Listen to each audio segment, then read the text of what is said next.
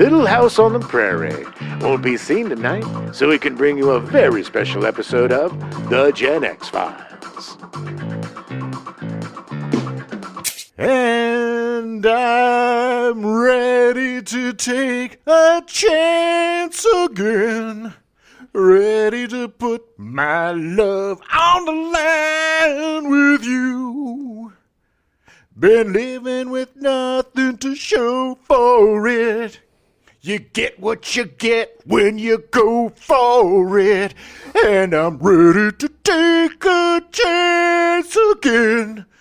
Ready to put my love on the line with you. You blew that out so hard at the end. Welcome to the Gen X Files. I'm Jim. I'm Adam. And today's show is all about foul play. Ho, ho, ho, ho. Ready to take a chance. It's a beautiful rendition. Thank you. You know, they were going to... it was between me and Barry Manilow. Yes. Also, I was I was a lot younger. My voice hadn't changed yet, so yeah. I had kind of the Morble Tabernacle Choir. Yeah. The castrato. Yeah, I mean, you were about 8 years old when they were recording this. And they said, like, it's either going to be Barry Manilow or Jim. Yeah. And my voice changed. Right in the middle, I was like, ready to take a chance. Oh. The most unfortunate ball drop ever. Well, between me and Bobby Brady, which one was? Brady. It was Bobby. No. It was the middle Brady. Peter. When it's time to change, it's time to rearrange. Oh no, my voice is changing. I'm shaggy now. Yeah, apparently. Anyway, foul play. Foul play, yeah. Oh man, oh God, I have not seen this movie in decades. And when I was a kid, I loved this movie so much. And watching it again was just pure joy. It was just like, and I was telling you, because I was laughing so hard that like tears were coming out of my eyes. And I don't know if I was laughing because it's so funny or just the remembering how much I laughed as a kid. Right. And, you know, my stepdad and I, we had our issues, let's just say. In you had a great, perfect relationship. Yes, exactly. Yeah. Exactly. But I just remember how much when he would laugh, it would, like, that was the magic power, right? Yeah. Like, when we watched The Muppets or when we watched this, when I found out that I could make the old man laugh, that was like a superpower, baby. Oh, yeah. Yeah. And him laughing was the greatest joy, right? Because he was usually such a grump. Right. To put it mildly. He's a very serious, intense man. Well, the PG version is he was a grump. But enjoying comedy with him was the joy of my life. And as a 7-8-year-old, it doesn't matter how much of a jerk somebody is. You want a father. You're suddenly seeing approval, right? Yeah. And you're sharing the greatest of emotions, which is laughter, joy, which is in short supply, which is the antithesis of your stepfather. So I don't know if I was laughing so hard because it still holds up, that it's that funny, or it's just the memories of how much I just loved watching this movie, because it's not only like a Hitchcockian, The Wrong Man or North by Northwest. I mean, it's got a lot of, you could fold in a lot of different Hitchcock movies into it. It's also got a lot of, it wears the Looney Tunes on its lapel as well. And it just out of nowhere, there's these ridiculous, the whole Billy Barty scene. Billy Barty just called and said, I am not a living cartoon. Yeah.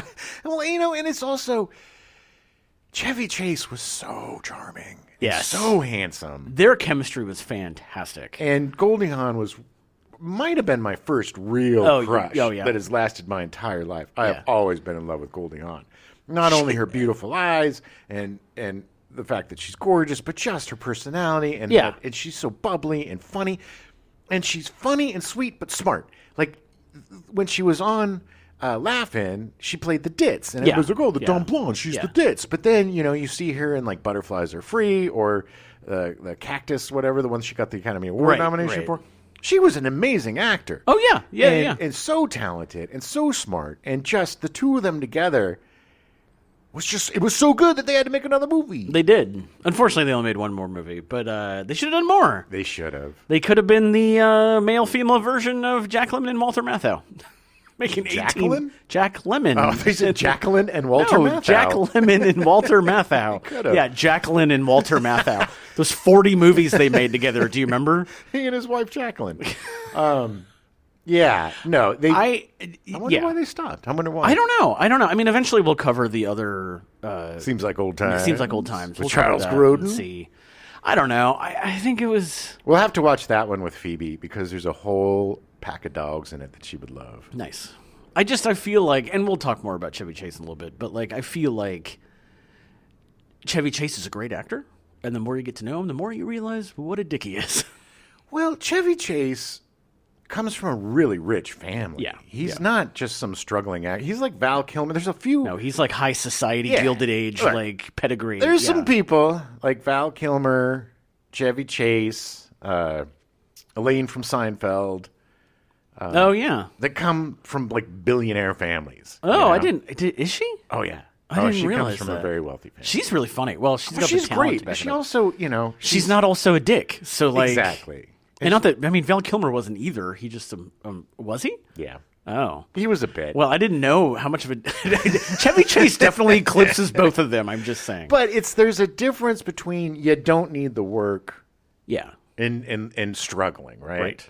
And Chevy never needed the work, and he was just extremely funny, extremely charismatic, the first breakout star of Saturday Night Live. Yeah, I mean, the thing he did in this movie, the way he was in this movie, would get him cast in movies for a couple decades. Mm-hmm. And that he did, that charming, like, kind of deadpan guy, he did that so well. Like, that was so natural. He has, like, I think Chevy's got 4 solid movies. Yeah. He's got this, well, maybe more. He's got this, Seems Like Old Times, Fletch, Vacation. I mean, I love Christmas Vacation, but it's part of that franchise. So I mean, yeah. The first movie obviously was the best, but exactly for me, Christmas Vacation hits the nostalgia button like Foul Play does for you. Right. Yeah. I think Chevy Chase suffers from the Kevin Bacon syndrome, but instead of like accepting it, right. That I should have been a bigger star. Yes, he should. He wants to be a leading man, but he shouldn't be. But he was. But he kept bouncing back. He never got to the point of Will Ferrell or whomever. Somebody that you could bank on 100%. Exactly. Somebody who's always going to be making movies. But unlike Kevin Bacon, Chevy Chase never accepted the fact that he could be a really good actor and do a lot of really good work if he just wasn't the leading man. Right. And maybe he did, but I think he always kind of resented it. You look at the trajectory of Community, and that's there you're watching the beginning and the end of the angry old man syndrome. And where it comes from resentment and anger, and then eventually it's going to hit racism. Yeah. If it goes far enough. Now, you ask Chevy Chase enough questions, he's going to go there. But we got it out of the way. Yeah. So now we can just celebrate Chevy Chase in this movie. I had a very different... I'd never seen this movie until we watched it. I'm surprised I hadn't, because I love Hitchcock and I love comedies. And the other 2 movies we're covering this month, I absolutely adore. Yeah. But I'm really glad. I didn't find it as funny as you did, but I think that's because I was still absorbing the plot and like it getting put together and how many things had been aped and copied from this movie over the years of like, oh, yeah. Yeah. A lot of tropes that seem extremely hackneyed started in this movie. Yeah. Yeah. I think it was one of the first movies where the person hid behind the door. Yeah. Yeah. When she hid behind the door and maced the guy. Yeah. And did the secret hidey spot. Yeah. I think the part that I laughed the most at was when they keep getting cars. The car chase is great. Oh, I know. It's one of the best car chases. It's one of the best comedic car chases ever. Literally the same thing every time. I'm a cop. I need your car. Yes. Okay. He just drives into a pizza place. And then, It is because of this movie that people think that's legal. It's not. Cops can't take your car. You can't. If a cop is like, I need to take your car, you can tell that cop to F off if you want. But he did it 3 times. Crashed the car. Poor guy with the camper. Yeah. Far out. And then they steal the limo from the driver. And then the realization that there's this old couple in the back from Japan. It's a couple that doesn't speak English, that are tourists, that are rightly so scared out of their minds to be hijacked by this couple. They're flying down the road in San Francisco. And then when they find out he's a cop, Kojak Bang Bang. Kojak Bang Bang. Their reaction is one of the greatest moments of the film. God. It's so great. funny. Yeah. They're just having the time of their lives. And when they do the jump, and then she looks back and they're gone, and then they pop up. It's just, there's moments like that. There's scary moments. There's suspenseful moments. My favorite moments is anytime Burgess Meredith is on screen. Oh my God. Or Dudley Moore. Burgess Meredith doing karate is the greatest thing in the world. Yeah. I'll get you all right. Well, let's get into it. Let's do it. Yeah, I'm so excited. It's just fun. It's been so long since I've seen this film, and it's really one of my. I would have to say it might be my favorite Chevy Chase movie, and that's hard to say because there's a lot of good ones. Yeah. I think if I had seen this sooner, I would probably agree. But it's just vacation. It's just so like ingrained in my memory. But the character he plays here it's unlike a lot. He didn't really get to play like a leading man, hero type.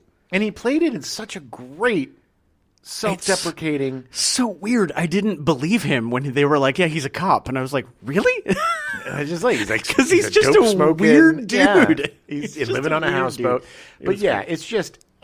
anyway, I'm sorry. Right. I'm so excited. Take yourself back. 1978. Woo! March 22nd, Carl Wallenda of the Flying Wallendas dies after falling off a tightrope between two hotels in San Juan, Puerto Rico. You know, you don't see a lot of tightrope walkers anymore. No, that's not really a thing anymore. May 25th, a bomb explodes in the security section of Northwestern University, wounding a security guard in what would become the first Unabomber attack. Yay! I literally wrote all these before I saw the movie, and I could not find any comedy in anything. No. Well, yeah, the only thing that's funny about Ted Kaczynski is he's the uncle of our good friend Greg Kaczynski. Yeah. Who's carrying on in his footsteps. Yeah, it was nice. But Greg, he doesn't create like actual bombs. He just creates artistic bombs. Yeah. Or he goes and uses your bathroom and then drops a bomb in the bathroom. Sorry, Greg. Sorry. Greg is great. And he has no relation to... No relation to the Unabomber. Yeah. I don't want to start that rumor. No. June 22nd, Chiron, a satellite of Pluto, is discovered. Nice. It just... I put that in because it blows my mind that it was only like 40 years ago that they discovered that there was a moon to a planet in our solar system. They're still discovering stuff. That's true. The celestial bodies are a mysterious place, Adam. They are. July 14th, Foul Play is released in theaters. You love Barry Manilow. I do love Barry Manilow. I do. And the funny thing is, around that time, it was the, you know how like rappers have beefs? You know, there's like the beefs. What am I, like 80? But you know, you're a Gen X guy. Exactly. Plus, there was a whole Netflix show called Beef. Sure. But you know how like, there's like East Coast, West Coast, or they feud or whatever. Feuds, yeah. Well, in the 70s and 80s, the biggest one of those was Criss Cross and Barry Manilow because they were fighting it out. Like for Criss soundtracks. Cross, the hip hop band. Christopher Cross. I call him Criss Cross because we were buds. I was like, that's a weird feud. Because Christopher Cross, or Criss Cross, like I call him. Criss Cross was named after Christopher Cross, too. They were his adopted children. They wore their pants backwards. They did. That was part of Christopher Cross. Christopher Cross would do that. Discipline. He started that whole thing. Sitting at the piano with his pants backwards. Put your pants on backwards. You're being bad boys. My zipper's digging into my butt.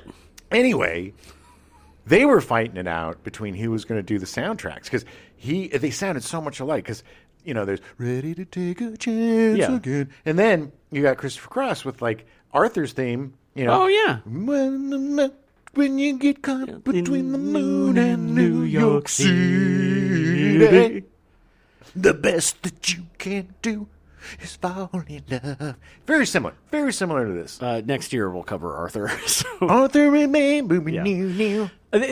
True, they were very similar. They actually sent death threats to each other. There's at one point where Christopher Cross put a flaming cross inside Barry Manilow's yard. Oh wow! And said, "I am the true voice." Nice. And Barry Manilow. It went a little far. Barry Manilow would send him off-brand furs just to F with him. All right, so Foul Play starts with writer-director Colin Higgins. Yeah, baby. Yeah, he's such a brilliant writer. Higgins was born in France to an Australian mother and an American father in July of 1941. Ooh la la, good day. Yeah. That's exactly how he sounds. Yeah. That's how he would greet everybody. Ooh la la, good day. His father signed up for the U.S. Army shortly after the attack on Pearl Harbor in December of 1941. Nice. Best choice to make when you have a newborn. Well, hey, man, this was a different It was kind a different of war. time, I know. Higgins spent most of his childhood in Australia. He moved to California to attend college at Stanford, but then had to drop out after losing a scholarship due to being obsessed with theater. And the fact that nobody could understand what he was saying. Yeah, I mean, he's speaking French with an Australian accent. Aye. C'est la vie. Say la vie. He moved to New York and hung around the actor's studio, but couldn't find work until becoming a page at ABC Studios. Nice. He then joined the Army and wrote for the Stars and Stripes newspaper. He was discharged in 1965, spent 6 months in Europe, and then went back to Stanford to study creative writing. All right. After Higgins graduated from Stanford, he got a job as an able-bodied seaman, saying, Oh, because I wanted... I'm pretty sure he's going to be more Australian than French. I think we're going to just, balance it out and make him American. Sure. Okay? I don't... Because to be honest, he probably didn't have an accent at all. And my Australian accent is highly sus. All right, here we go. Because I wanted to see the Orient, it didn't take me long to realize that the days of Conrad and Eugene O'Neill were over. There was no work and too many people to do it. Yeah, he wanted to be a better writer, so he thought he'd go live, in the world and do this stuff. And unfortunately, in 1965, it just wasn't the thing anymore. Right. Yeah. He visited Expo 67, a Category 1 World's Fair, which I had no idea there was more than one category of World's Fair. Warning. Category 1 World's Fair dropping in Eugene, Oregon. I don't know. It's so weird. It was this in year we're expecting a Category 5 World's Fair. It's going to decimate Boston. It's going to decimate. In Montreal, it was in Montreal. It was inspired by he was inspired by the film exhibits there and decided to learn about film. I am really sad that we don't have World's Fair expos anymore. I mean, we might. Do we? I just don't think that we know about them. I don't. Well, I mean, to be honest, I do. I think I looked this up because when I was obsessed with H.H. Holmes and the World's Fair in the 1890s and all that stuff, I looked into it, and I'm pretty sure that before the pandemic, they were still had them every 2 years. But they weren't the event. It's an expo, not a World's Fair, because it's a Category 1 World's Fair. Right. But they still had Category 6s. I don't know. I mean, look, it was every World's so Fair often. was it was like the Olympics when people cared about the Olympics. You know what I mean? There was these events that captured the world's attention that I just don't think happens anymore. I mean, that's what happens when why? the Why world do gets smaller. And there was this thing invented called the internet? Okay. Well, you know what? It didn't bring us closer together, Adam. I don't need to take my horse and buggy to Chicago to learn about electricity. Well, I would like to. I think if you took your horse and buggy to Chicago to learn about electricity, you'd probably remember more about electricity than if you just skimmed it on the net. Or, Old Man Corner. Or I just learn everything I need to know about electricity, and I'm good. All right. Anyway, Colin Higgins began working on a Master of Fine Arts in Screenwriting at UCLA, where his classmates included Paul Schrader and his brother, actor Barry Higgins. Okay. Paul Schrader is a great writer. And director. Yeah. Better writer than director, but a great director. While there, he made the short films Opus 1 in 1968, a satire on student films, and Retreat, an anti-war statement film. He's a rabble-rouser. Yeah, he wasn't afraid to speak his mind. His thesis was the basis for the movie Harold and Maude. Oh, such a great movie. After graduating, he went to work for a wealthy family in Los Angeles as a part-time chauffeur and pool cleaner in exchange for free accommodation, where he met film producer Ed Lewis. All right. Lewis worked on 9 films with Kirk Douglas and 9 films with John Frankenheimer. He also produced the TV miniseries The Thornbirds in the 80s. It was very popular. It was. Higgins showed a draft of Harold and Maude to Lewis, who then showed it to Robert Evans at Paramount.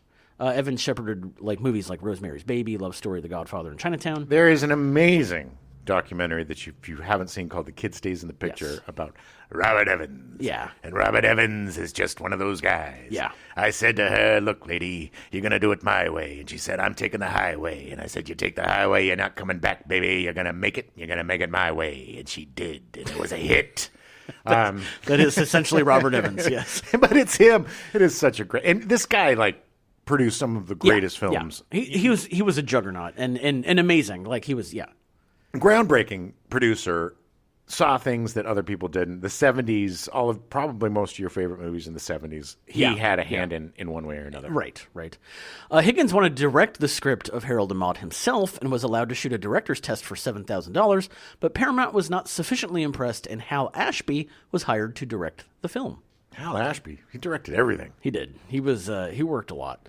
Higgins collaborated well with Ashby, and both were pleased with the final film, but it was not a large box office success on original release. Oh, man. Every... like emo kid, all of us outcasts, we all have a Harold and Maude period. Where you're in love with a 90-year-old woman? Well, it wasn't, no. Harold and Maude is such a great movie. You haven't seen it, I right? know, I have not seen it.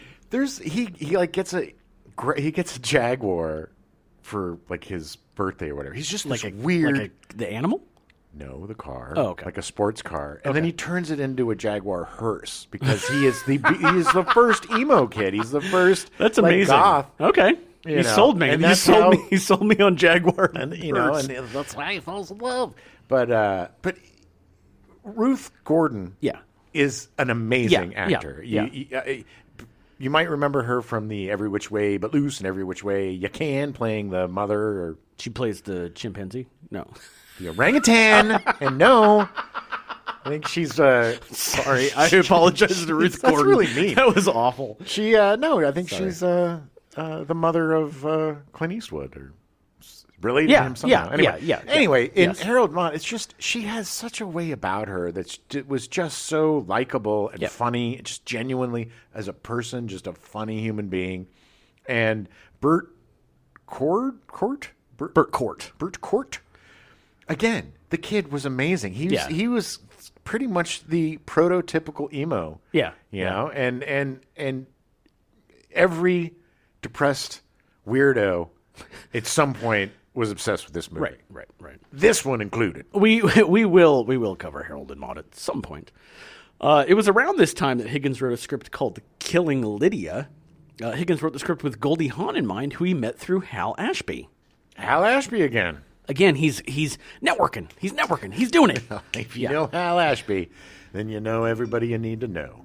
Killing Lydia was Higgins' love letter to Alfred Hitchcock, paying homage by referencing several of his movies, including... The 39 Steps, Saboteur, North by Northwest, The Man Who Knew Too Much, Dial M for Murder, Notorious, Vertigo, and Psycho.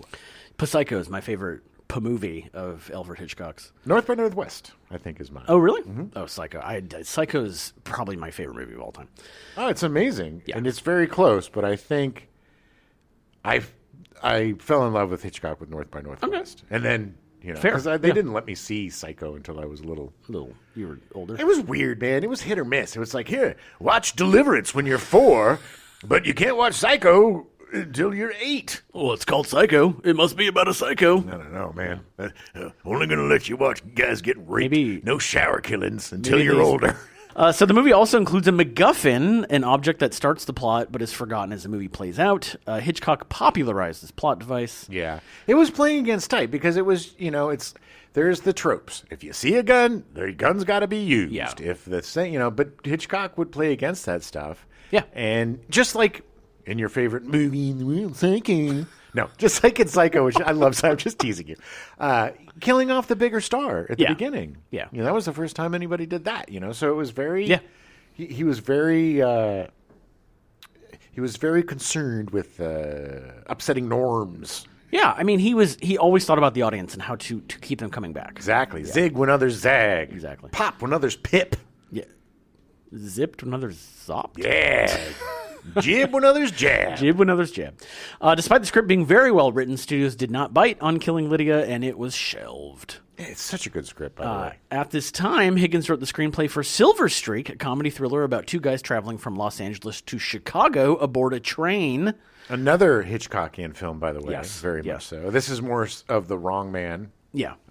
With Gene Wilder being falsely accused of a murder. Right. Again, a lot of misdirection and missing bodies and flips and floops and blackface. Yeah. The script was bought by 20th Century Fox for a then record $400,000. That's a pretty good sale for your first script. For Silver Streak? Yeah. Oh, Silver wow. Streak, $400,000.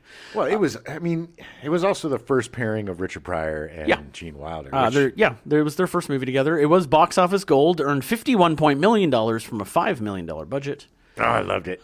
They would go on to make 3 more movies together, Wilder and Pryor. I have a really weird love of train movies. Yeah. Like train episodes, train movies, video game train levels. I don't ride a lot of trains. It's so funny. I don't really like trains, but I love train entertainment. I have spent more time on trains in the last 5 years than I've spent my entire life. Crazy. Yeah. But yeah, I love train stuff. Trains great. I love trains. I wish that the trains there were more trains in the U.S. By the way, the blackface scene in Silver Streak, it was Richard Pryor's idea in doing to get him to do that. He didn't want to do it. Okay. But they had to disguise him. He had to get away. We'll cover Silver Streak eventually, and we can talk about all the blackface you want, Jim. Yeah, well, there's no blackface in No. Foul Play. There's some whiteface. But there's some white facing and some anti-dwarfism. Due to the success of Silver Streak, Higgins became a hot ticket in Hollywood, and Killing Lydia was given a second look. It's so funny because we talked about that with Scream, how he wrote Killing Mrs. Tingle, and nobody gave an F about that. But as soon as the Scream things went, they made it into Teaching Mrs. Tingle. Killing Lydia was a much better script than Killing Mrs. Tingle. Yes. Yeah.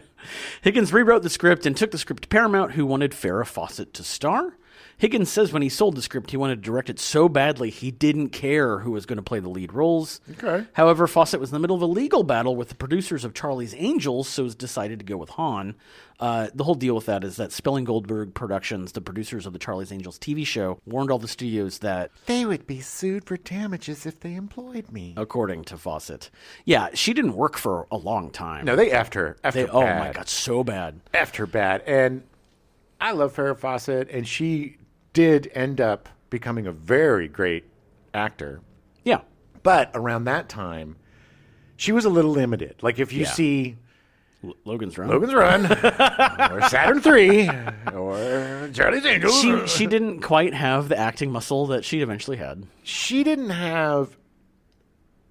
The thing about Goldie Hawn is she plays cute and ditzy, but there's substance underneath. Yeah. She's not a bimbo. She's not a dummy. She's just a very sunny, ebullient person. Yeah.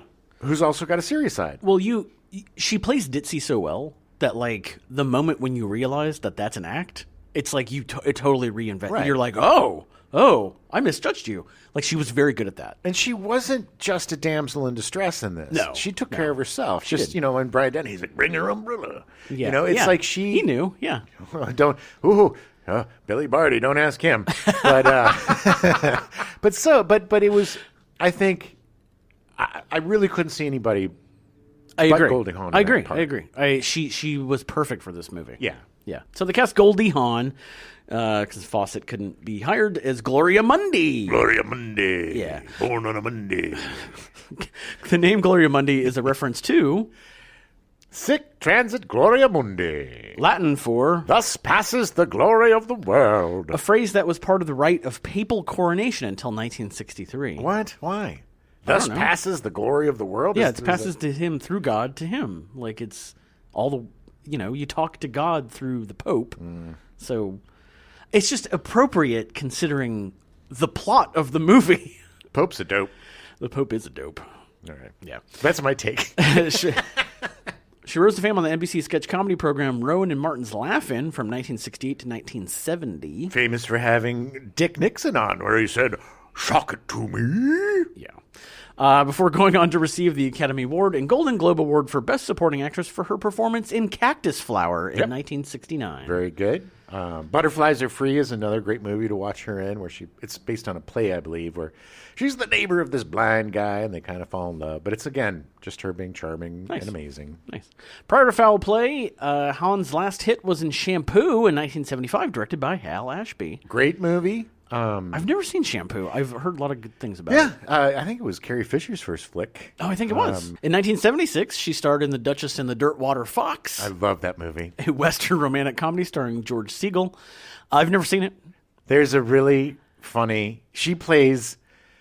So, she's the Duchess, quotey quotes. Right. But it's like this whole con artist thing, and I love George Segal. He's absolutely phenomenal. Yeah. They're great in it. It's a really fun little con artist, Western weird movie that I loved as a kid that probably blows. Well, we all know that my taste as a child was pretty mixed. It actually lost money, did not do well at the box office, so Hawn took time off from her career to focus on her second marriage to Bill Hudson of the musical group The Hudson Brothers. Nice. Yeah, that marriage spawned 2 kids, Oliver Hudson and Kate Hudson, both of whom have had long acting careers of their own. Yeah, well, Kate Hudson, she was in Almost Famous. Yep. And she's in a ton of stuff. And Oliver Hudson did more on TV. He was on that David Spade. Yeah, the something life, something. Yeah, it was he and the guy that played Putty on Seinfeld.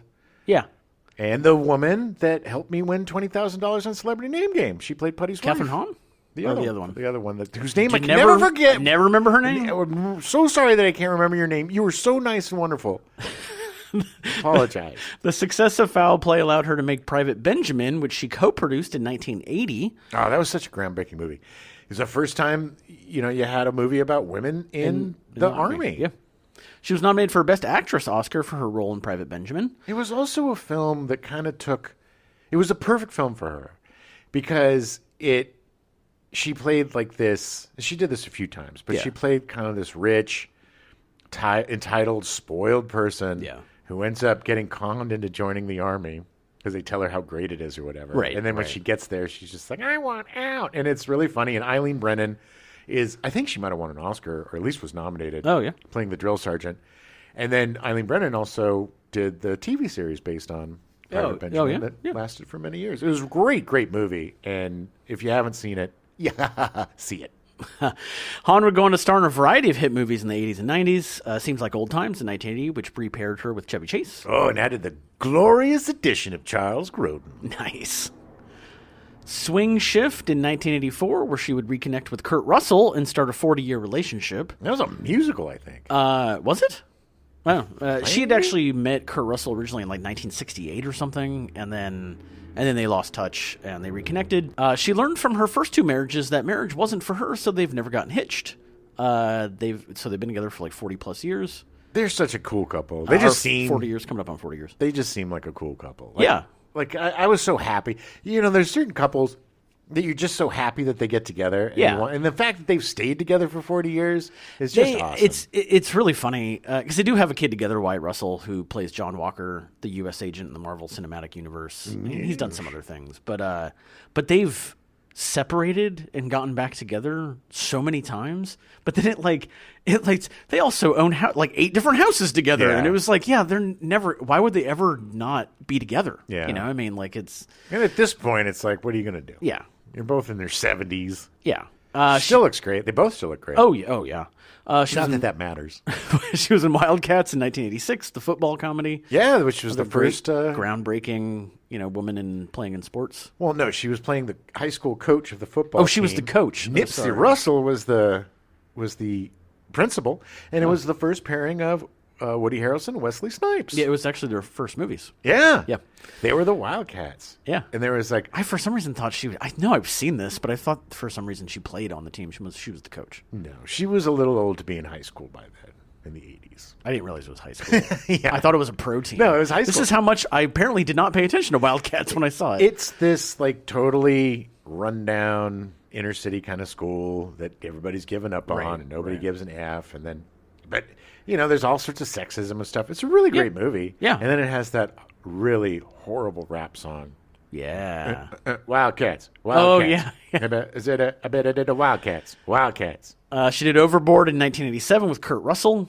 Oh, yeah. That's a guilty pleasure of mine. No guilt about it, baby. That's a funny movie. He literally tricks a woman who's lost her memory into thinking it's his wife. I'm not saying that it's a little unsavory, but it's a fairy tale. I adored it. It was one of those that was on all the time when I was growing up, and I loved it. Yeah, look, he kidnaps her and treats her horribly at the beginning, but then they fall. They do. The best is she doesn't realize that. How are these kids mine? Like what? Finally, the Stockholm syndrome sets in, and she decides to marry him. She decides to stay him. Yeah, stay with him. But she's also again that kind of billionaire. Like she's super rich. Yes, and whatever. Bird on a Wire in 1990 with Mel Gibson. It was all right. It was really disappointing because everybody was so excited to see the two of them together. Yeah. Because it was at the height of Gibson's career and the height of her career. And it was just kind of a letdown. He played this, this was around the time where they were doing all of these 60s counterculture where, the guy that bombed something back in the 60s, now they think he's dead, but now he's alive. And she was his old girlfriend back in the thing. Right. So she had to help with the... Yeah. Right. It's like Sneakers. It's like all these movies that had all this kind of 60s counterculture. Right. The ramifications of the 60s counterculture. It's like if now we were doing movies that took place in the aughts. That's how scary this is, by the way. Death Becomes Her in 1992 with Bruce Willis and Meryl Streep. Unbelievably. Top 10 my favorite movies. Is so good. Oh, my God. Everybody in it. It's so fun to see Meryl Streep playing just wicked and funny. And she and Goldie Hawn were so great together. And Bruce Willis. So mean to each other. Oh, my God. And Bruce Willis playing such a meek character. Yeah. He is so good in it. Yeah. Robert Zemeckis, if you haven't seen this movie, and at the time, the effects were groundbreaking. People were like, how did they do this? The same guys who did Tremors. Yeah. Yeah. And they did such a great job with the effects, and it's just this dark comedy that is so effed up. So good. All the way to the end. And it is brilliant. We're definitely covering this movie. Yeah, if you haven't seen it, make sure you do. She most recently can be seen in the Christmas Chronicles movies, starring as Mrs. Claus to Kurt Russell's Santa Claus. Okay. I think I saw those. They were fine. I saw the first one. It was fun. So Chevy Chase was cast as Lieutenant Tony Carlson, the very weird cop. He's so good. Chevy Chase was born Cornelius Crane Chase. Cornelius Crane Chase. He was named for his grandfather, Cornelius, and it's actually technically his adopted grandfather. It gets super weird. His mom was adopted by some rich family or something. Oh. Maybe that's why he never felt like he was good enough. The whole thing, it was going to take too long to get through, so I just cut it out. While the nickname Chevy was bestowed by his grandmother from the medieval English ballad, The Ballad of Chevy Chase. It's a good ballad. Yeah. It's one of my favorite. Sing it to yourself at night while you fall asleep. Oh, the ballad of Chevy Chase, living all over the place. Don't look him in the face, old Chevy Chase. The ballad of Chevy Chase, Chevy Chase. As a descendant of the Scottish clan Douglas, she thought the name appropriate. Chase is a 14th generation New Yorker and was listed in the social register at an early age. F you. The social register was a highfalutin thing so that rich people could know who other rich people were. Yes, and how far their families went back to being pure. Well, in fact, his mother's ancestors arrived in Manhattan starting in 1624. He became the breakout cast member in the first season of SNL in 1975, where his recurring weekend update segment became a staple of the show. Yes, and where he started his lifelong addiction to painkillers. Oh, yeah? Well, he played President Ford. Yeah, the always the falling down stuff. And and so pratfalls. Yeah, and some of these pratfalls were very elaborate, and he got hurt, and I think that's where the painkiller stuff started. Okay. He played Ford. He did the Weekend Update. He was also really handsome. He was handsome and funny, which is John Belushi, hilarious, one of the funniest guys in the world. Yeah. Dan Aykroyd again, but funny, but a goof. Kind of weird looking. Yeah, they all look like sketch comedians. They all look like this. Yes, this is how you're gonna. And he did not. He was way too pretty, but the fact that he was so funny was just the double whammy. And then he realized, and also because he came from such a wealthy family, right? He didn't care about any of that stuff. He didn't have any sort of loyalty or whatever because he didn't care about money or anything. He didn't have to be doing any of it. No, he was Look, the guy's not a team player. He was very concentrated on his own career and becoming a star. His whole thing was he wanted to be a big-ass movie star. Yeah. And he tried. And he did for a while. Yeah, it worked. He also made a really good choice when he had plastic surgery to put that cleft in his chin to give him just one imperfection. Yes, that cleft. He looks like just like I said, that John Travolta was made to be a Mad Magazine caricature. Yeah. Same thing with Chevy Chase. Yeah. He was just perfectly formed to be a Mad Magazine caricature. Yeah. So as both a performer and a writer on SNL, he earned 2 Primetime Emmy Awards out of 4 nominations. He was also an insanely good writer. He started with Harvard Lampoon. He did the National Lampoon. He was one of the original writers and performers for that. The guy had a really pedigreed sketch. He was a funny dude. And writing career. I mean, the guy earned his status. He may have been a rich guy that didn't need to care about anything, but he didn't coast into it at all. He worked his ass off to get where he was. Yeah. In late 1976, in the middle of the second season of SNL, Chase became the first member of the original cast to leave the show. Chase, he actually left. I didn't put this in, but he actually left because his soon-to-be wife at the time did not like living in New York. So they moved to L.A. Yeah. Chase has returned to host SNL 8 times until 1977, when he was reportedly banned after hitting Sherry O'Terry on the back of the head and harassing female writers. 1997. What did I say? 77. 1997. It was say the whole 1 year. thing. He hosted 8 times the 1 year after he left. Wow. He left the show but hosted 8 more times instead of... Are you sure he wasn't still a cast member now? I will also say that Lorne Michaels has gone on record saying that the whole thing of him hitting Sherry O'Terry and harassing female writers is not true. He said that, I've never seen him do that. No one complained to me about that stuff. It just kind of came out. But he's never been back on the show. But, okay. I mean, I think, look, Chevy Chase and Lorne Michaels are lifelong friends. He was one of the main people when he started the show. Right. One of his best pals, and, he kind of shepherd it. So there's a lot of loyalty there. Yeah. I think he just doesn't want to S on him. But honestly, I would think I think there's definitely some truth to these things. Chase was the first SNL cast member to land a leading role in a theatrical film. A lot of people think it's John Belushi in Animal House, but Foul Play was released on July 14th, 1978, and Animal House came out 2 weeks later on July 28th, 1978. Technically, Belushi was just a supporting character. He wasn't the star. He was not a... Yeah. It was he an wasn't the ensemble. lead. That's true. Harrison Ford was actually Higgins' first choice to play Lieutenant Tony Carlson, as he was Higgins' carpenter. Yeah, but Ford turned it down to be in Star Wars. Yeah, I'm going to be in this space opera instead. Yeah, I don't think it'll do anything. It doesn't... I feel like he must have known that Star Wars was going to be huge. Like, he must have had some feeling, because I feel like this part is much more interesting. Oh, yeah. Like, the Foul Play character is much more interesting than Han Solo. I mean, maybe. I don't know. I think Harrison Ford is a man of his word. He probably said he's going to do Star Wars before he got offered this part. Probably. And was like, I got to do it. Yeah. Look, Hal, I'd much rather do this part than play Han Splodo or whatever his name is. Yes. Steve Martin also read for the part, but wasn't cast for unknown reasons. I don't know if it would have been right. Like, his persona. It would have been a different movie if they would tailor it to his comedy, I guess. I don't know. I think Harrison Ford would have been really good. It would have been really fun to see him in a comedy. Oh, yeah. Because anytime he's ever done comedy, he loves doing it. Oh, yeah. He never gets a chance to do it, and he's great at it. Yeah.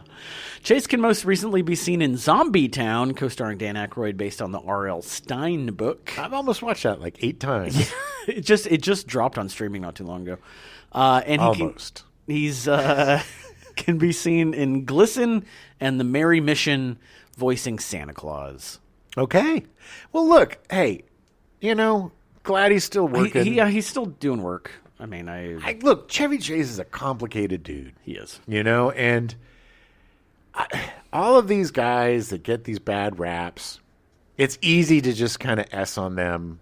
And a lot of times rightly so. And look, I don't agree with this crap, but you got to put yourself in that person's shoes too and see where they're coming from and why, And I think Chevy, unfortunately, is one of those guys that cannot take a joke about himself, probably. And I think he can. Yeah, I think he can only to a point. He likes making fun of himself, but if you make fun of him, no. It just seems like on the set of, he was very unhappy on the set of Community. Yeah. Which is so stupid because it reinvigorated his career. Yeah. And he was great on the show. And he was hilarious on the show.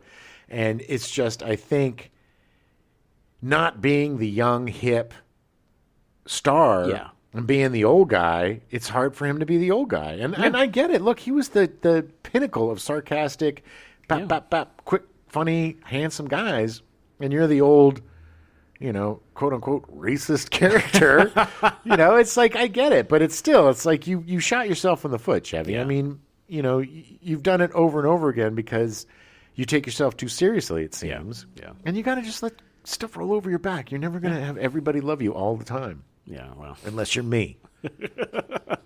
Burgess Meredith was cast as Mr. Hennessy. I think he was a landlord? Her landlord? Neighbor. He was neighbor. There was something about one of them renting to the other. I don't know. I assume they were good friends. They were close, yeah. Meredith established himself as a leading man in Hollywood with critically acclaimed performances as Mio Romagna in Winterset in 1936, George Milton in Of Mice and Men in 1939, and Ernie Pyle in The Story of G.I. Joe in 1945. Shazam! I'm Ernie Pyle. It was such a weird performance. Yeah, he was Gomer Pyle's brother. Hey, Ernie Pyle, my brother. It's amazing that they had a story about action figures 30 years before they came out, 20 years before they came out. I know. Yeah. He was in one of the most memorable Twilight Zone episodes, Time Enough at Last, about the bibliophile and the end of the world. All the time in the world. I can read all of the books all the time in the world. God, he's so... Oh, no, not my glasses, no. He played the Penguin in the 1960s Batman TV series. He was so good. He started the whole...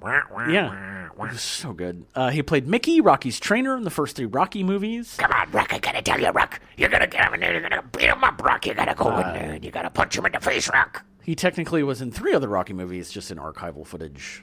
I'm a ghost, Rock. I'm coming back to ghost you. For his performances in The Day of the Locust in 1975 and Rocky in 1976, he received nominations for the Academy Award for Best Supporting Actor. Should have won. Should have won both. Meredith won a Primetime Emmy Award for Supporting Actor in 1977 for Tail Gunner Joe, and was nominated for the same award the next year for The Last Hurrah, a remake of the film starring Spencer Tracy. Okay. He wrote in his 1994 autobiography, So Far, So Good, that he had violent mood swings caused by cyclothymia, a form of bipolar disorder. That one, strangely enough, that 100% makes sense to me. I had no idea, but I could totally see him suddenly snapping and just breaking things.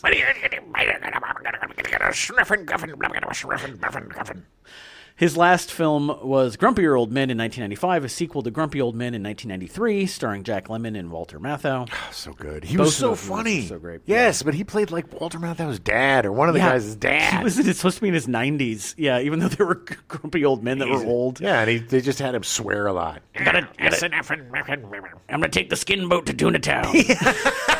Exactly. He was getting. He was so great. He was having a lot of sex, that old man. You know what I had for breakfast? Whiskey. You know what I had for lunch? Whiskey. You know what I had for dinner? Whiskey. With a side of whiskey. Oh, little darling. He had a little bit of an accent in this one. He did, yeah. Gloria. I'm going to have to. I'll use my karate on you. The dude is from Ohio. I don't know what accent he was doing because he said Kenya, so I think he was trying to be British. It was Scottish or Irish. Okay. He was doing a little bit of his Irish brogue. Anyway, he's so phenomenal. I'll come in and help you. On September 9th, 1997, Meredith died at age 89 from complications of Alzheimer's disease and melanoma, and his remains were cremated. That's so... Look, the guy lived to be almost 90. Still, I think dementia, Alzheimer's is the worst way to go in the world. Worst way to go in the world for somebody so smart and talented. It's just like Bruce Willis, you know? Yeah. It's somebody that's so... Like I said, I'm watching... which is really appropriate for our Hitchcockian Comedy Month. I'm rewatching Moonlighting. Right. And just seeing him in his prime, fast-talking, so talented. Yeah. And same thing with Burgess Meredith. Yeah. Oh, yes, don't get those cigarettes. I'm sure that after Grumpy Old Men, I think he probably realized, like, he couldn't remember lines. I mean, I think that's why he wasn't doing more movies. Yeah. It was like, okay. Well, I mean... But he was still amazingly old, too. Yes, he was almost 90. Brian Dennehy was cast as Inspector Fergie Ferguson. Bring your umbrella.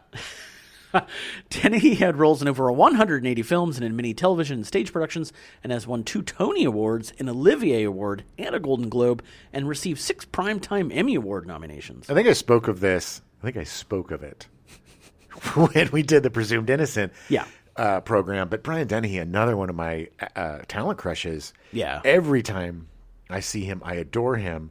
And it seriously bothers me when he plays a bad guy. Like, it seriously hurts me in my soul. It's like, no, not you, Brian. What are you He's doing? so good at it too. I know. Because they're so layered. Like, in First Blood, such a layered performance. Yeah. And he's just so good in this. Yeah. You remember FX with Brian? Yeah. That was one of the reasons I wanted to get into Hollywood. Yeah. Because that movie. He's just just one of those guys that's just so good at what he does. And in this movie, he is absolutely perfect. Oh yeah. He plays so well against the weird cop that is Chevy Chase. Well, then also when they're interviewing Gloria Mundi, and it's just her stuff is just crazy. Just his looks and everything, like she's got crazy eyes. It also just shows you what a better actor he was than Chevy Chase and how subtle he is compared to Chevy Chase. Is like go. She's so pretty. Dennehy started in theater, which led to roles in movies and TV shows, like Looking for Mr. Goodbar in 1977, starring Diane Keaton, Tuesday Weld, William Atherton, Richard Kiley, and Richard Gere. It was like one of the first movies to kind of deal with promiscuity. It was Dennehy's first feature. He was also in Semi-Tough in 1977 as well, starring Burt Reynolds, Chris Christopherson, Jill Clayburgh, Robert Preston, Lotte Lenya, and Burt Convy. Great movie about the NFL. Yeah, Fist, or F-I-S-T, in 1978, starring Sylvester Stallone and directed by Norman Jewison. His breakthrough role was the overzealous Sheriff Will Teasel in First Blood in 1982, opposite Sylvester Stallone as John Rambo. What are you doing in my town? I'll tell you what, Len, get in the car and I'll give you a ride, and you can go to another town. How about that? We'll be covering First Blood in January, so stay tuned. Yeah, it's about time. If you done anything will be in a long time. I feel really neglected. Oh, my God. So looking forward to that. Yeah. Dennehy would have a long career making a ton of movies and appearing on TV. Unfortunately, he died on April 15th, 2020 at the age of 81 of cardiac arrest due to sepsis in New Haven, Connecticut. So sad. God, he was so good. He was 81. I mean, had a good long career. And worked until he died because everybody wanted to work with him. He was another guy that was just a journeyman actor that was great. Also managed to survive a pretty controversial thing about Stolen Valor. Lying about his military career. Yeah. But he totally owned up to it. He did. He covered it the way he did. He did. said, look, I shouldn't have done that. It was awful. Yeah. I totally get if you don't want to work with me. Everybody makes mistakes. Everybody F's up. Even if you F up that bad, if you own it, take responsibility, you're truly sorry for it, it's okay to forgive people. Yeah. Because we all F up. It's okay to grow and change. Yes. In fact, we should be. Yes. And growing and changing. That's what we've lost so much of, is nobody apologizes or admits wrongdoing anymore. No. They just triple down. Can't be wrong. I can't be wrong. You think I'm racist now? Well, you just wait. Dudley Moore was cast as Stanley Tibbets. Higgins had already written the role of Stanley Tibbets for Tim Conway, but when the actor turned it down, he offered it to Dudley Moore instead. Okay, I love Tim Conway. Love him. But Dudley Moore owned this part. He would have been so weird in that. It I'm would have sorry. been. It would have been uncomfortable. Watch pornos. What are you doing? You want to get it on? You want to get it on with me? So Tim Conway, he's great, but it would have been weird. No, this part. I can't think of anybody else besides Dudley Moore playing this part because he was so genuinely. I just love how he's just like, why? It gets to the point where he says, why does this keep happening? I'm so sorry. Okay, I did something wrong. It's just in the scene with when it's just so funny because back then, there was this whole bar scene and pickup scene and single scene was just kind of starting out, in the 70s, and the fact that she comes into the bar and she's like, "Take me home." Can I finish my drink? No, just take me home. And it's just it was one of the perfect misunderstandings. Yeah, it was written very well. And goes on for effing ever. Let's be honest. It does. That misunderstanding scene is like 20 minutes long. Oh my God, the Pullman bit. No, what's it called? The Murphy bed. Murphy bed. When it goes back and then just come back down. Yeah.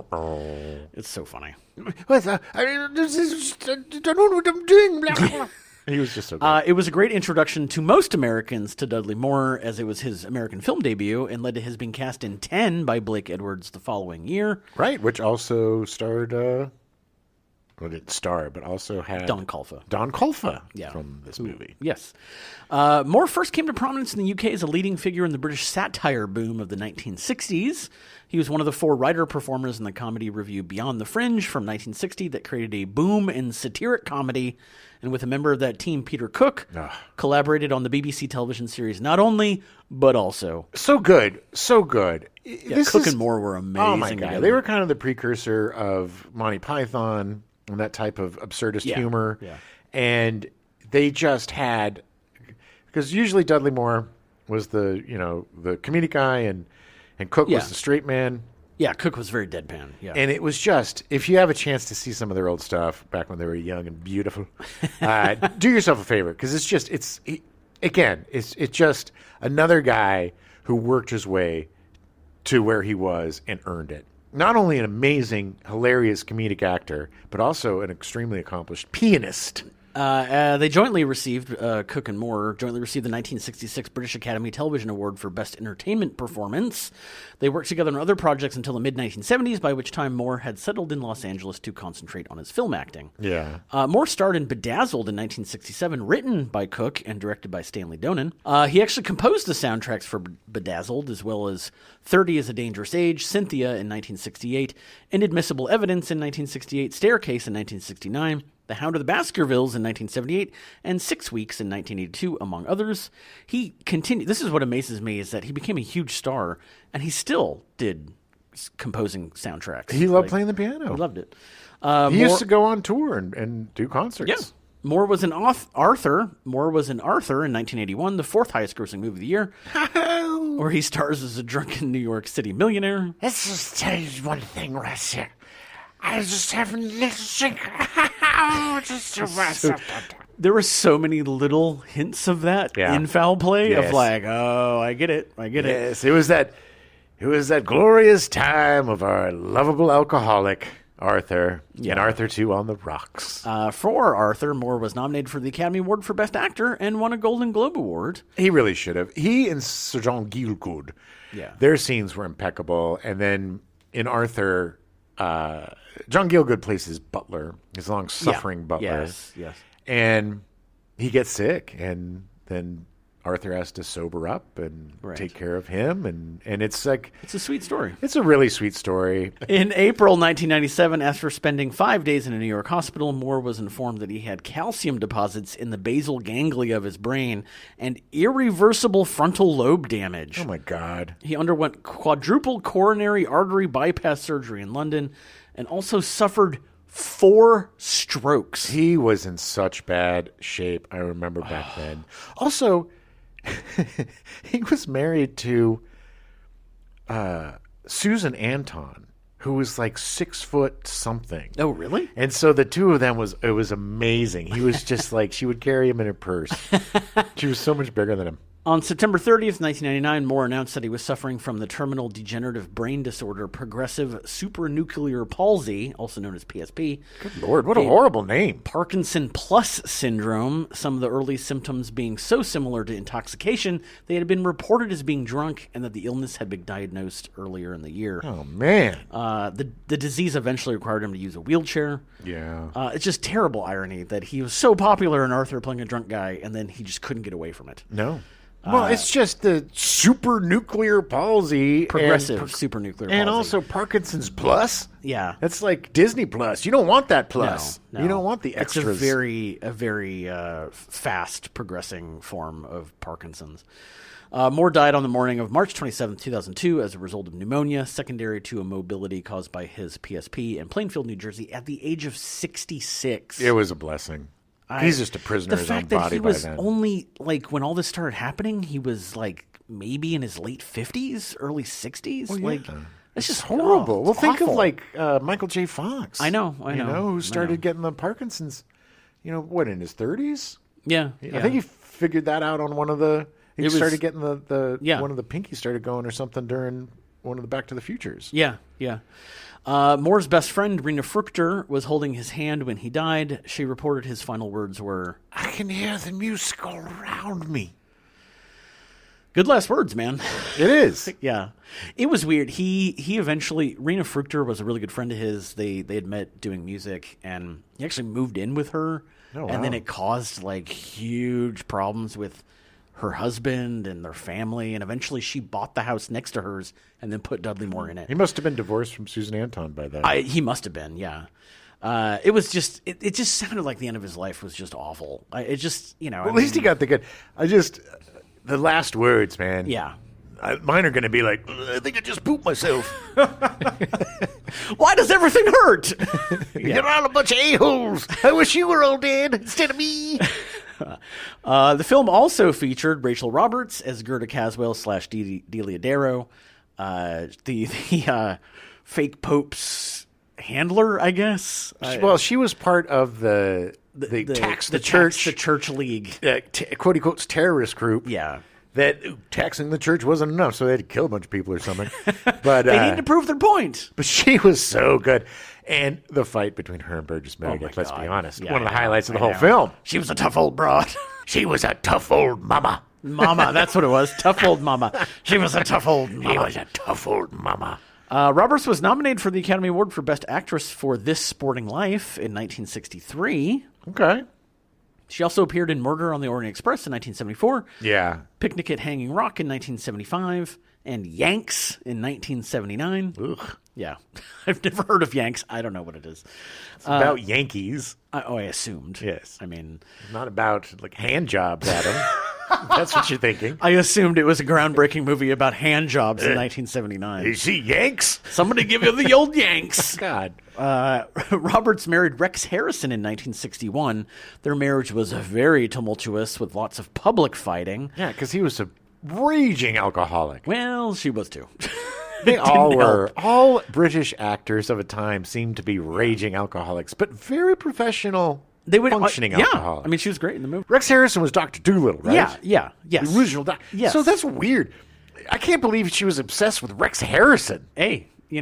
Hey, sometimes opposites attract. I don't know. She's bizarre. They divorced in 1971. Roberts was devastated by her divorce from Rex Harrison, and her alcoholism and depression worsened. You could see it too. I mean, Oh, yeah. By the time she did this movie, her face, she looked a lot older than she was. Yeah. The drink was taking its Yeah. toll. She had moved to Hollywood in 75 and tried to forget about the relationship. In 1980, Roberts attempted to reconcile with Harrison, but he was married to his sixth and final wife, Mercia Tinker. Rex, please. Please get back with me. Look at me, Rex. I'm begging you. I'm begging you on my knees. I think by... My wife is standing right here. Little Rachel, this is a little inappropriate. On November 26, 1980, Roberts died at her home in Los Angeles at the age of 53. Ah, so young. She did not look like she was 51 in that movie. No. No. She looked like she was 60. In foul play. No, it was bad. Her death was initially attributed to a heart attack. Her gardener found her body on her kitchen floor, lying amidst shards of glass. She had actually fallen through a decorative glass divide between the two rooms. Oh, my God. An autopsy later determined that her death was a result of swallowing lye, or another alkali, or another unidentified caustic substance. Maybe she was just so drunk she reached for the wrong bottle. I didn't know. I always keep my lye next to my whiskey. As well as barbiturates and alcohol, as detailed in her posthumely published journals. Oh, good Lord. The corrosive effect of the alkali was the immediate cause of death. Yeah, yes. That'll just rip you apart. It would, yeah. The coroner documented the cause of death as... swallowing a caustic substance. And later... acute barbiturate intoxication. Her death was ruled a suicide. Oh, so sad. Yeah, that's just... She couldn't get over Rex Harrison. Like, Rex Harrison killed her. Okay. Well, it's not Rex Harrison's fault. He should have known. He should have waited, not gotten married again. But, God, just feel how bad you'd feel if somebody killed themselves. Yeah, I would feel very bad. It's happened to me quite a bit. Every time I get over so many ladies. drop they a can't lady. have this. They don't want nothing. They drink lye. Yeah. Well, that's a lie. Eugene Roche was cast as Archbishop Thorncrest, which technically it was his twin brother. Yes. Like he played both parts. Another great twist in the movie. I love that his twin brother was part of the tax the church. Like they were nemesis. Well, he was Good Time Charlie. It was a good time, Charlie. Roche was well known as the Ajax Man in the 1970s TV commercials. He appeared in television comedies in the 80s with recurring roles on Soap as Christine Sullivan's father on Night Court, Webster, and Larry Appleton's abusive boss on Perfect Strangers. Yeah, with Balky. Yeah. Perfect That's Strangers. all you know about Perfect Strangers. All right. They were cousins. Yeah. And they had... And the other guy from Perfect Strangers... The guy who played Larry Appleton? Yeah, he was just on Moonlighting. William Frankfather was cast as Whitey Jackson, the killer albino. Love his name, by the way. Foul Play was Frankfather's feature film debut. He wasn't actually No, an albino. He was not an albino. They wear contacts and a lot of whiteface. Yeah, but why didn't he wear pink contacts? I don't know. I don't think anybody really had seen an albino before. They sure as hell made them villains after that. Poor albinos, man. I know. You're like one of the smallest minorities in the world, and yet every time you're ever on screen, Well, they're going to be up to something. it's really funny because one of the characters on Venture Brothers is 100% based on this character Oh, because yeah, he still wears yeah. ascots and the Yeah. same kind of because it's so funny. He's undercover, our albino friend, and he's going to kill the Pope, right? And he's in his disguise as a maintenance guy, but he has this pressed perfect white jumpsuit that nobody would ever wear. A boiler And suit. like a guy. yellow ascot. It's just like, come on, man. Well, wow. What are you doing? That's an interesting way to dress up for the opera. You're a fancy maintenance man. Ooh. Fancy boy. Why we come from fancy fields. Frankfather guest starred in many popular television series of the late 20th century, including MacGyver, Night Court, The A-Team, Hill Street Blues, Remington Steele, Murphy Brown, Picket Fences, Star Trek, Deep Space Nine, Melrose Place, Empty Nest Wings, NYPD Blue, Tales from the Crypt, and Mama's Family. Frankfather died on December 28th, 1998 from complications of liver disease at the age of 54. Ugh, good Lord. What the hell? It's like Too young. Matthew Perry. Matthew Perry, who just died at 54. Sad. Mark Lawrence as Rupert Stiltskin, a.k.a. the Dwarf. Lawrence's pockmarked complexion, brooding appearance, and New York street guy accent made him a natural for heavies. And and he played scores of gangsters and mob bosses over 6 decades. Yeah, he was always a bad guy. He was never playing the priest or the nice guy. In the 50s, Lawrence found himself under scrutiny for his political leanings.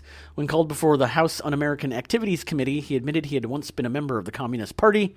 He named Sterling Hayden, Lionel Stander, Ann Revere, Larry Parks, Karen Morley, and Jeff Corey as communists. What a dick. Yeah, he was blacklisted and departed for Europe, where he continued to make films. Yeah, I guess he got away with it. He screwed over all these people. Like, it's terrible.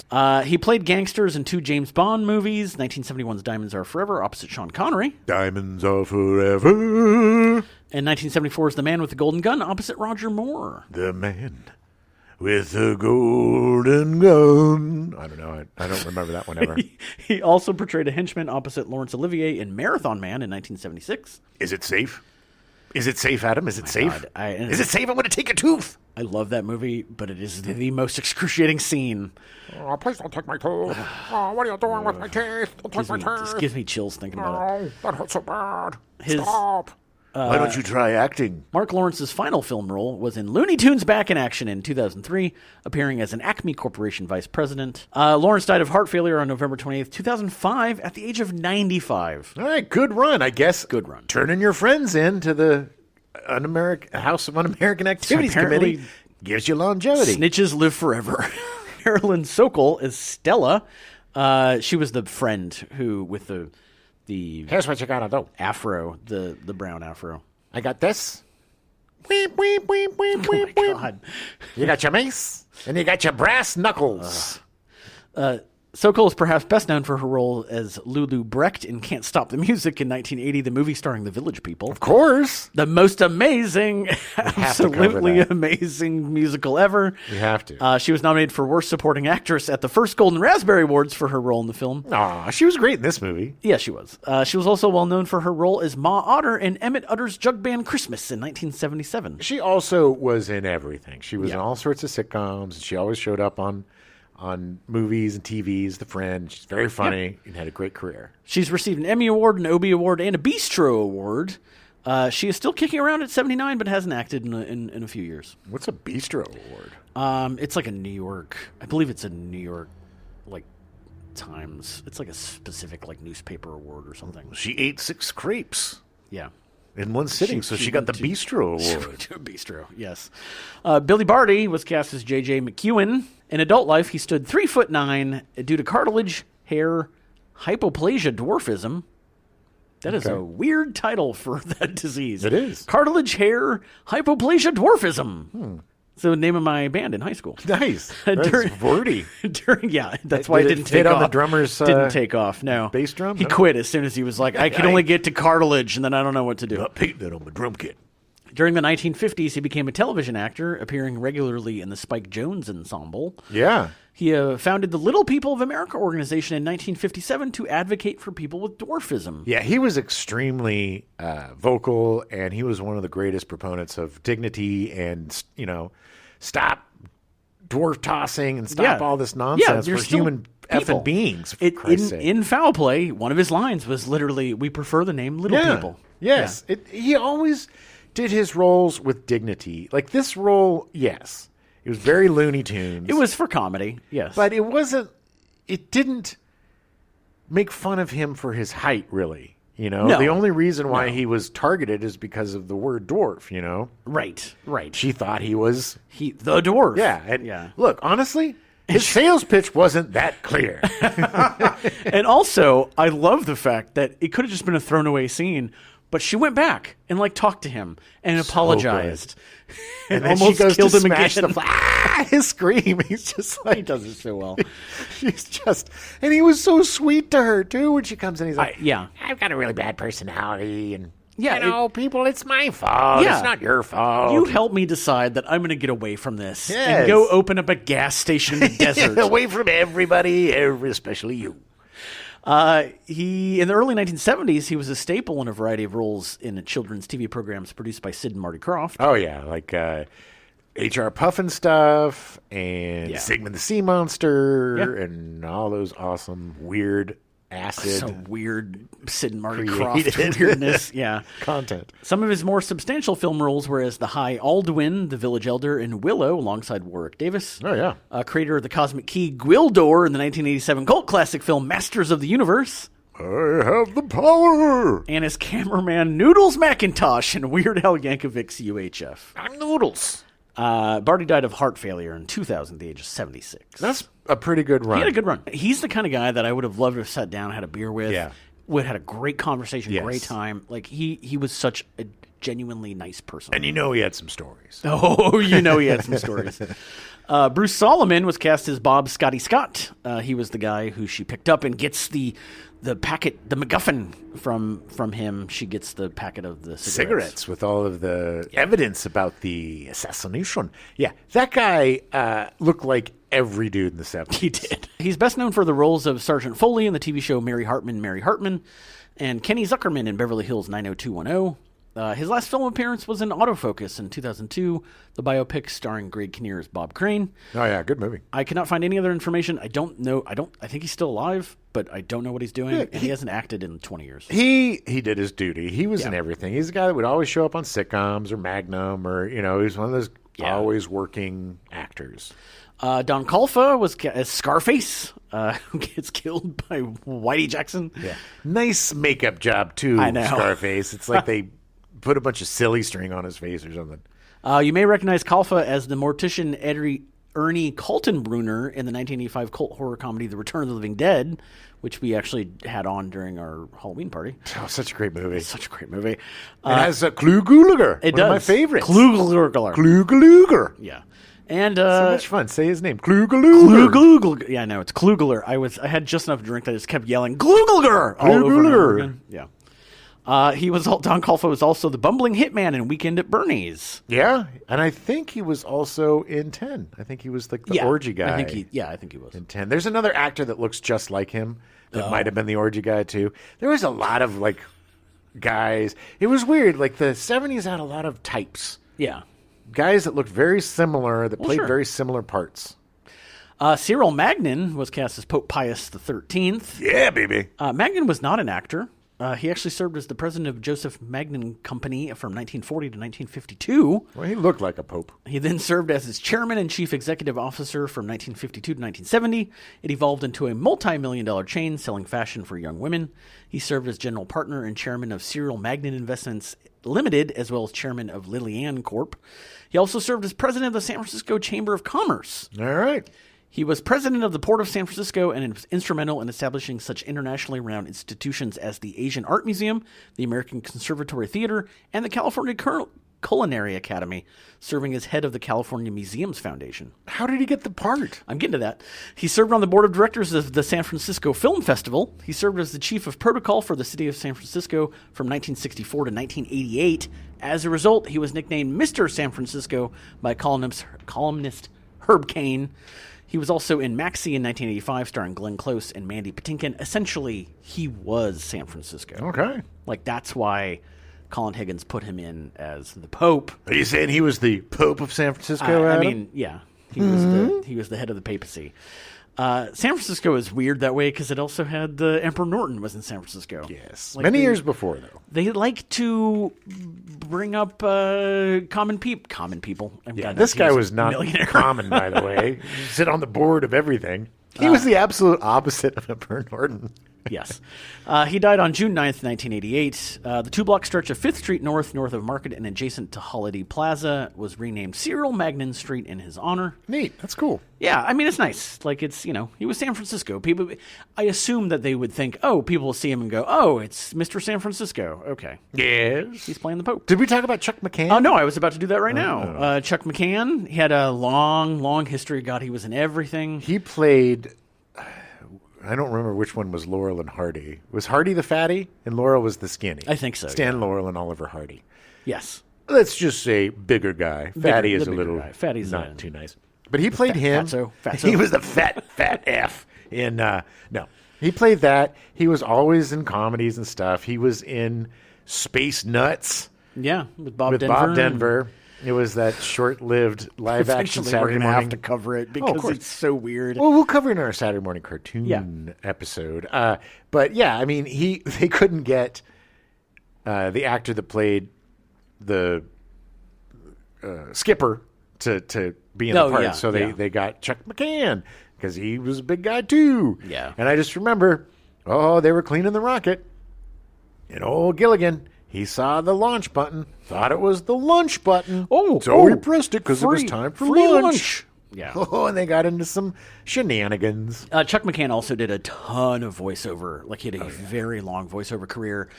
He was in the G.I. Joe animated series as Leatherneck. Nice. Yeah. He was also on everything. Yeah, he was one of those ubiquitous, character actors that never stopped working until the day he... Is he still alive? No, Chuck McCann is not. Till the day he died. Frances Bay was the Pope lady. She took care of the Pope, not the Pope lady, the Archbishop lady. Right. She took was care the of the caretaker. Archbishop when he got killed by his twin brother, and then she was most likely killed as well. Probably. But I didn't realize until I watched the movie, she was also the she was in Gremlins. The wife of what's his name? The crazy dude who... truck driver. The crazy snowplow driver played his wife in Gremlins. The back. Oh, my God. They had a much bigger part in the sequel. They did. Yeah, she was great. And also, I just wanted to mention Roland Moriyama. Yeah. Who was one of the older Japanese people in the back seat that was hilarious. Yeah. He was on MASH. He was on Magnum. He was on a ton of stuff. He had a really great career, too. The limo driver looked familiar, too, but I couldn't figure out who he was.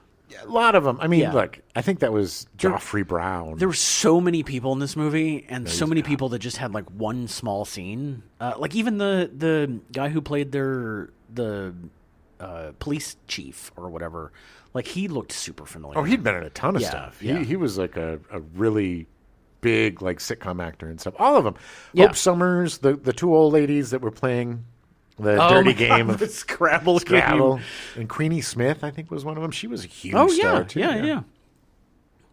So the movie is released. Gene Siskel of the Chicago Tribune gave the film 3 stars out of 4 and called it an attractive minor comedy. The kind of film best described as cute. Oh, good way to be condescending, a-hole. Wow, he doesn't know how to not be condescending. On a 1986 Tonight Show appearance, Roger Ebert called the film A very good picture. All right. Okay. The movie's theme song, Ready to Take a Chance Again, was a hit and was on the American charts for 16 weeks and even garnered a Best Song Academy Award nomination. Yeah, Barry was the man. It was sung by Barry Manilow, almost sung by Jim when he was 8. Yes, it was very, very close. It was who also conceived and oversaw its production alongside Ron Dante. Manilow had Barry Manilow, not me. No, Manilow, yeah. Just want to make sure. Manilow had another song on the film soundtrack as well, Copacabana, And the Copa, which is probably my favorite Manilow song. It was from his 4th studio album, Even Now. They fell in love. Bam, bam, bam. Foul Play is tied with Who's Afraid of Virginia Woolf in 1966 and The Godfather Part 3 in 1990 for having the most Golden Globe nominations without a win, with 7. Ugh. And that's the Golden Globes, man. Isn't that the one given that's like basically It's the crooked? 93 international reporters. Right. Yeah. That very racist. Yeah. We found out. Yes. They're trying to change, but they can't. People are giving back their globes. Yeah. It was nominated for the Golden Globe, just a big laundry list. Best Motion Picture, Musical or Comedy, Best Actor in a Motion Picture for Chevy Chase, Best Actress in a Motion Picture, Goldie Hawn, Best Supporting Actor, Dudley Moore, Best Screenplay for Colin Higgins, Best Original Song, Ready to Take a Chance Again, Music by Charles Fox, Best Original Song, Motion Picture, Ready to Take a Chance Again, and Best Motion Picture Acting Debut, Male, Chevy Chase. Nice. He got nominated twice. He got nominated twice, which is super weird. You would think that... Yeah, anyway. I wonder who won. I don't know. It's the Golden Globes. I didn't care to look. Yeah, So nobody it's does. like, whatever. No Oscars, eh? No. Well, no, for the Barry Song. Manilow Oh, song. okay. Yeah. It got nominated once. So, I mean, it got one nomination. Well, comedies aren't usually, unless it's, Neil Simon, Yeah. then nobody gets nominated. Well, that's what, like, Dudley Morris, in Arthur got nominated for Best Actor. Like, there's certain comedies that they're willing to take a chance on, but You gotta cry. Yeah. If you gotta have a moment in the comedy squeeze that heart. where you're serious. Yeah. The movie would go on to make $45 million from a $5 million budget. Not bad. This would allow Higgins to cement his directing career. He would rewrite and direct 9 to 5 in 1980, starring Jane Fonda, Lily Tomlin, Dolly Parton, and Dabney Coleman. Working 9 to 5. Oh, I love that movie so much. It would make $103.3 million from a $10 million budget. It is one of my favorite comedies. It is so good. Oh my God. So good. So fun. So good. Lily Tomlin.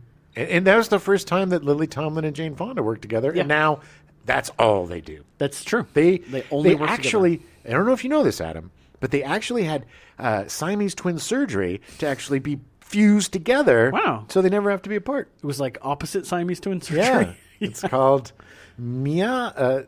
It's Okay. how to say Siamese backwards.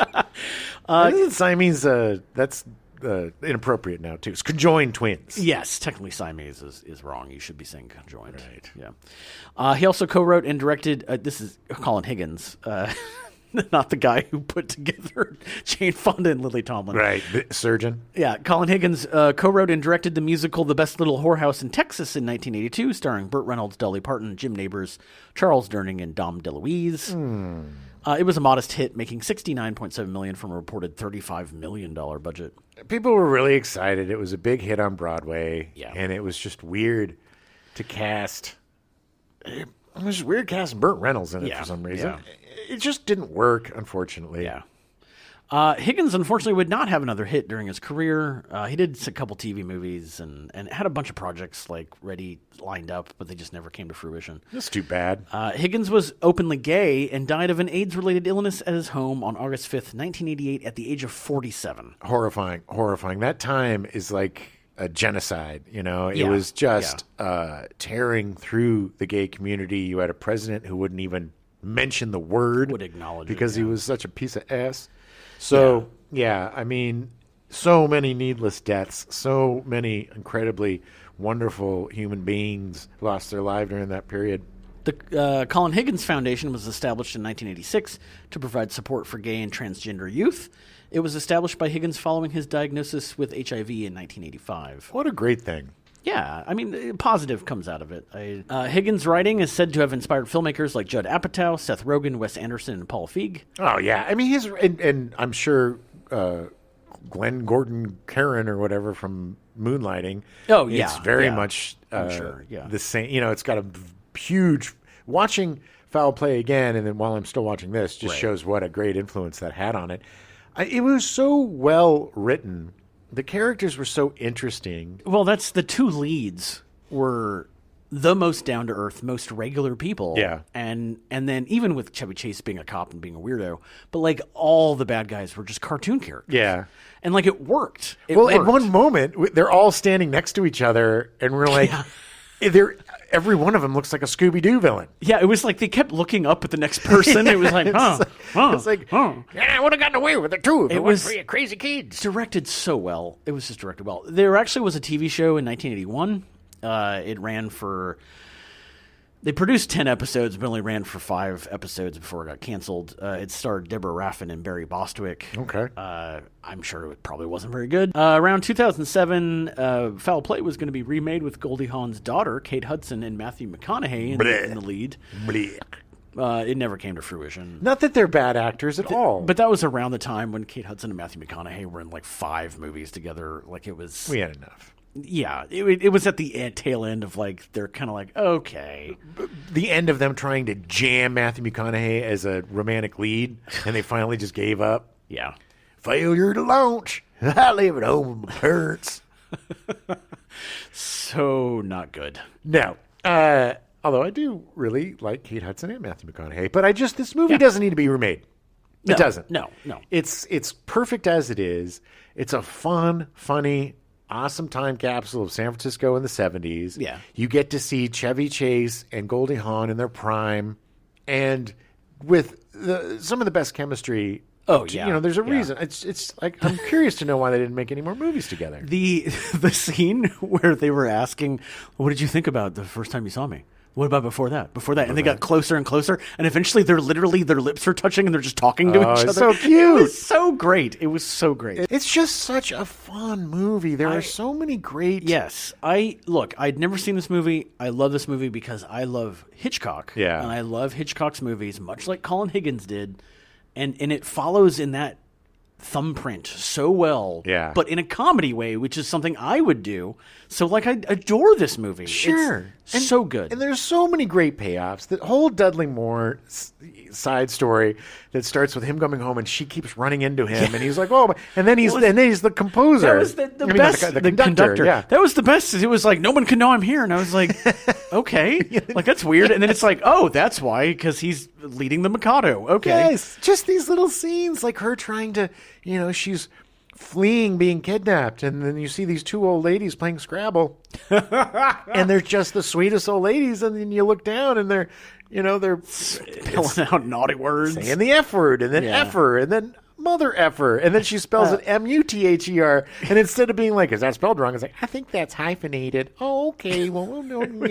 So great, and just such a throwaway little moment. Yeah, the whole chase scene at the end is brilliant. Oh my god! Oh wow! Far out. Guy has one line, and he, it's like every incarnation of that line. But and then the hilarious Japanese couple at the end. Oh my god! So good. Bang Bang Kojak, and just fun, and the fact that even you got Billy Barty, she throws him out the window, and then it's this whole Looney Tunes thing. He falls into. He falls into a barrel. Like a drum. Yeah. And then the barrel rolls down. Just rolls and rolls and rolls. Bounces. Then he hits a thing. He goes flying up and then into an open manhole. Well, no, that's he hits a thing, and then a car hits the barrel. And then he flies out because that's what happens. And you hear this. And he manages to go straight into... He's such a great screamer. And I will always forever love this movie because of the scene after that, because it could have ended. Yes, he could have. If this was remade now, that second scene never would have been. No, because in the second scene, just shows what a nice person she is, Yeah, and what a yeah. nice person he is. A part that could have been a throwaway, he Yes. turns into something really substantial. Yes, and there's no reason for it to be in there, No. especially the second part. There's no No. reason for it to be in there. No. And the fact that they kept it in, you're absolutely right. That's what makes this movie so charming and fun. There's no like throwaway stuff mostly. You know, No, it just seems no. like everything pays off really well. And you know, they do have these crazy Looney Tunes moments, and there's one of the greatest fight scenes ever between Burgess Meredith and Rachel Roberts. Rachel Roberts. This karate fight that is, and he's like 70. The best, they go up and he's like, well, we're gonna go do, like Chevy Chase is like, we're gonna go do this thing now. You should stay here, old man. And he's with like, ya. no. And then he tries to chop Block in half, and it doesn't work. And then he does it. And then Chevy It's Chase is like, all right, come on. all right. It's not like, oh wow, that's weird. Come with me. Yes, and it's just like Chevy Chase and Burgess Meredith solving crimes. Come on. Oh my god, I want to see that. Yes. movie. Yeah. And it's just, and then the whole like, she was one tough mama. the fact that they He's were got a pet. kicking. That fight went on for so It long. went on forever, and it was great. And the poor Chevy Chase and Goldie Hawn are just tied up staring like, well, we're just going to watch. And their reactions are perfection. So good. It's just so fun. It's just a fun movie. It may start a little bit slow, but it just ramps up and ramps up and ramps up and ramps up to an Yeah. amazing climax. Yes. And the funniest thing, and it's just gross, but you know, the two people get killed, and and it's disturbing the way that Yeah. they're caught up in the rigging of One of the them's a sets. cop. And then the Apparently, the Pope really albino. likes murder, so he starts clapping. Hey, this was great.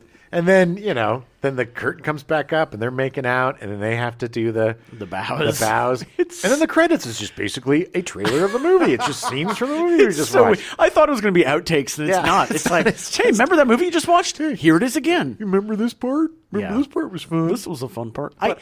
I really can see how this influenced like the Venture Brothers. Yes. Like I can totally see like Hank and Dean being Chevy Chase and Goldie Hawn as kind of the straight, like normal people, and then all the weirdos around them. Yeah. Like I can totally see. I mean, it has to be what's his name, Jackson Public.